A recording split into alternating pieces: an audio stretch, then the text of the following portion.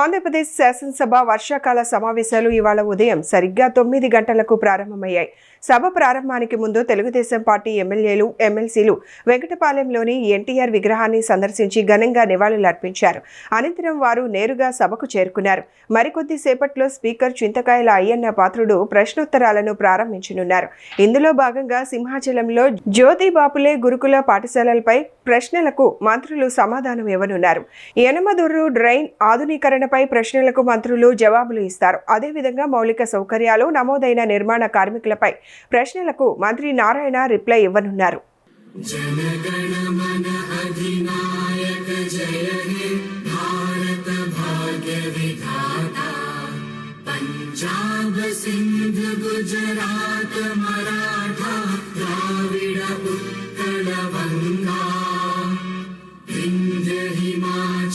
यमुना गंगा उज्जल जलधि तरंगा तव शुभ नामे जागे तव शुभ आशीष मांगे गाहे तव जय गाथा जन गण मंगलदायक जय हे भारत भाग्य विधाता जय हे जय हे जय हे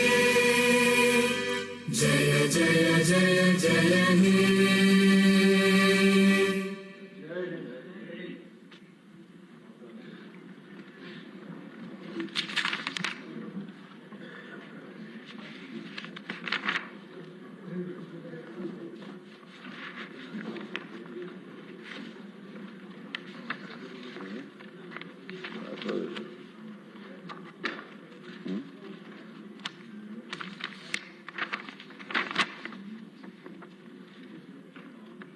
అందరికీ నమస్కారం అండి.